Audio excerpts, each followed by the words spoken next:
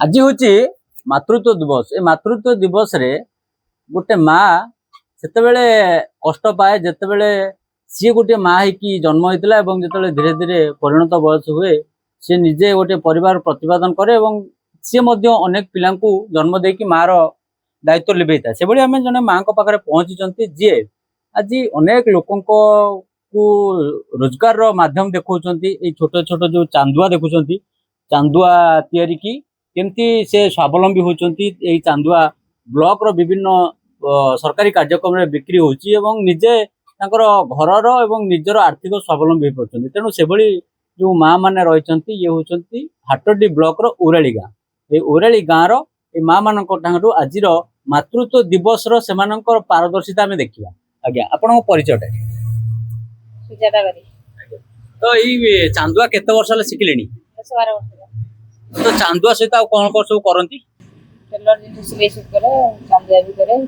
आपण एका करती ना अनेक लोक करती हम ग्रुप रे 10-12 जन लोग मिसी गोटे जगह रे। अच्छा आपनकर परिवार रे केते छुआ पिला परिवार केते जन परिवार 5 जन तो समस्त समस्त को टाइम दे कि आसी कि निजे ए जो तैयारी करबा केते कष्टकर हुए जने चाहिले सब किछि करि परियो मनर जदी थिबो भावना सब करियो देखले केते बड़ कथा कहले जदी मनरे धारणा थाए तने से मध्य अनेक समस्यार समाधान करि परियो आउ जने हम पाखरे मध्य मां अछंती हम सीधा तांको पाखो जिबा और ताकर प्रतिक्रिया मध्य नबा। आज्ञा आपन नाटा कोन सुस्मिता साहू कोठू आस्ले में कोन काम काम करंती ए ओराई जो आसी आ एठी सिलाई ब्लाउज सिलाई करे चांदुआ तैयारी करे। परिवार रे केते लोक संख्या अछंती कोन 6 जन अछि सासु ससुर स्वामी दियर पुआ दीटा पुआ अछि समस्त को छाड़ी के आसी जतले टेलरिंग शिखुचंती एवं चांदुआ बनौचंती एसो कोठी बिक्री हुए ब्लॉक तरफ रु आसे आ हमें भी ऑर्डर सब रखी तैयारी करू सिलाई करू मैडम भी हमको सिखुंती किछि जेटा भूल भाल हुए। अच्छा तो ए केते दिन हला शिखलेनी एसो 7-8 वर्ष हला शिखलेनी घर रे जो पारिवारिक समस्या भितरे गोटे चांदुआ आसी एठी तैयारी करबा खुशी लागे ना कष्ट लागे खुशी लागे जति कि कष्ट लागे भी सेति। अच्छा कारण छुआ पिला को अनेबा को पड़िले कष्ट करबा को पड़ी आ एठी आसी बसले सब कष्ट भी भूली जाए कारण सब संगा साथी मिछि के तैयारी करू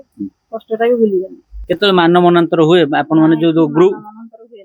होय नै केते टंका मिले जो पारिश्रमिक जति कि टंका मिले भी हमको खुशी लागे तथापि हम खर्च चली छुआ खर्च भी चल निज कष्ट करिकी गोटे चांदुआ तैयार चांदुआ जाई कि विभिन्न मंदिर रे कार्यक्रम रे लागुची खुशी लागे। आज्ञा बहुत खुशी लागे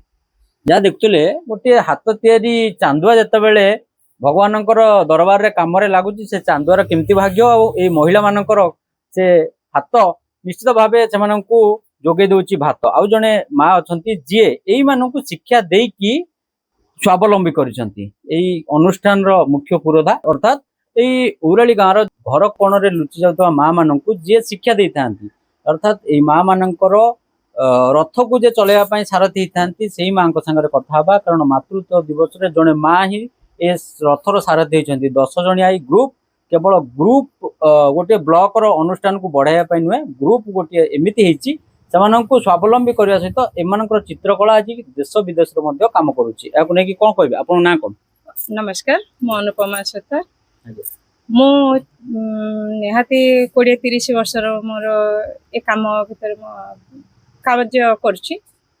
चिंता कली एकुटिया आगे करथुली ताधे रोजगार करिके निजे निज गोड़ ठिया हेई पाली पुणी चिंता कली जे एकुटिया मो गुण को मो भीतर सीमित रखिनी किंतु एमिति भी अच्छी स्त्री लोक अच्छा झील पिला अच्छा पाठ कम पढ़ी बेसी पढ़ी भी समस्त को तो चाकरी मिल पारनी से माने केमिति निजे घरे बसिकी काम करि परिबे चिंताधारा केमती आसिला प्राय लोकों सहित मिसबारे कि ब्लॉक जिबारे समस्त सहित जो मु काम कली समस्ते खुशी हुंती कहते दीदी आपण केमिति एते सब काम करछथि केमिति कोन आम जेति सेमते हेई थांतु आमे भी किछि रोजगार करि पन खाली तो बसिचु ना पाठ पढछु एमति मु सेइटो बसिकी चिंता कली म कहले ना मु काम करबा सहित जेमति मु आम ब्लॉक गली मो मैडम मानक जेमते जो मीनाक्षी मैडम प्रतिष्ठा मैडम आउ जो सोनो मैडम ए 3 जन हेल्प द्वारा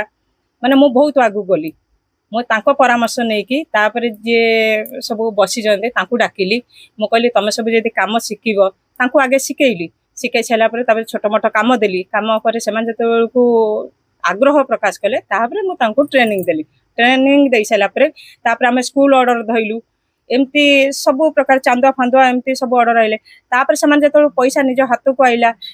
ଅଧିକରୁ ଅଧିକ ରୋଜଗାର କଲେ। ନିହାତି କେତେ ପଇସା ରୋଜଗାର ହୁଏ? ତଥାପି ସେମାନେ 5-10 ଆଗେ ଷ୍ଟାର୍ଟିଂରୁ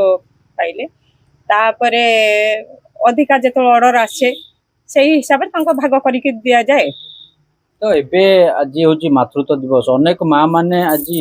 ଘରର ସମସ୍ୟାକୁ ନେଇକି ନିଜର ଦୁଃଖକୁ ନିଜ ଭିତରେ ସୀମିତ ରଖୁଥିଲା ବେଳେ ଏଇ ମା ମାନେ ଯୋଉ ଚାନ୍ଦୁଆ ବନଉଛନ୍ତି, ତାଙ୍କର ନିଜ ନିଜର କଳା ପ୍ରଦର୍ଶନ କରୁଛନ୍ତି, ଏଥିରେ ଆପଣ କେତେ ଖୁସି ଅଛନ୍ତି? ବହୁତ ଖୁସି ଲାଗିବ ନା, କାରଣ ଯଦି ମୁଁ ଯେତିକି ବାଟ ଆଗକୁ ଯାଇପାରିଲି, ମତେ ଦେଖିକି ଯଦି ଆଉ ଅଲଗା ସ୍ତ୍ରୀ ଲୋକମାନେ ସେମାନେ ସେତିକି ମାନେ ମୋ ପାଖକୁ ଆସୁଛନ୍ତି କିଛି ଶିଖିକି, ମାନେ ଭିଡ ଭିତରୁ ବାହାରିକି ସେ ଆଗକୁ ଯିବାକୁ ଚାହୁଁଛନ୍ତି, ଖୁସି ଲାଗିବ ତ ନିହାତି ନା। ତ ଅନ୍ୟ ମା ମାନେ ଯୋଉମାନେ ଆସିକି ଶିଖୁନାହାନ୍ତି କି ଘରେ ସମସ୍ୟାରେ ରହୁଛନ୍ତି, ସେ ମା ମାନଙ୍କୁ ଏ କାର୍ଯ୍ୟକ୍ରମ ମାଧ୍ୟମରେ କଣ କହିବେ? ନିହାତି ସେମାନେ କେତେ ଗୁଡେ ପାରିବାରିକ ଯୋଉ ଚାପ ହଉ କି ଲାଜ ହଉ କି କଣ ହଉ ସେଇ ଭିତରେ ସୀମିତ ରହୁଛନ୍ତି। କିନ୍ତୁ ହଁ, ପରିବାରରେ ଯେତେବେଳେ ସ୍ୱାମୀ କି ଶାଶୁ ଶ୍ୱଶୁର ସେମାନେ ଯଦି ତାଙ୍କୁ ଉତ୍ସାହିତ କରିବେ ଯେ ତମେ ଆଗକୁ ଯାଅ, ଖାଲି କାହିଁ ବସୁଛ, ତମେ କିଛି କାମ କର, ତାହେଲେ ମୁଁ ଭାବୁଛି ନିଶ୍ଚୟ ସେ ଆଗକୁ ଯାଇପାରିବେ। ଏକୁଟିଆ ଜଣେ ନାରୀ କେବେ ବିନା ସପୋର୍ଟରେ ସେ ଆଗକୁ ବାହାରି ପାରିବନି। ଚାରି କାନ୍ଥ ଯୋଉ ବାହାରିବାକୁ ହେଲେ ଜଣେ ସ୍ୱାମୀ, ଶାଶୁ ଶ୍ୱଶୁର ଏମାନଙ୍କ ସପୋର୍ଟ ନିହାତି ଦରକାର। ଯାହା ଦେଖୁଥିଲେ, ଯେଉଁ ରଥର ସାରଥୀ ହୋଇ 10 ଜଣିଆ ଗ୍ରୁପକୁ ଆଜି ଆଗକୁ ନେଉଛନ୍ତି, ସେ ବ୍ଲକର ବିଭିନ୍ନ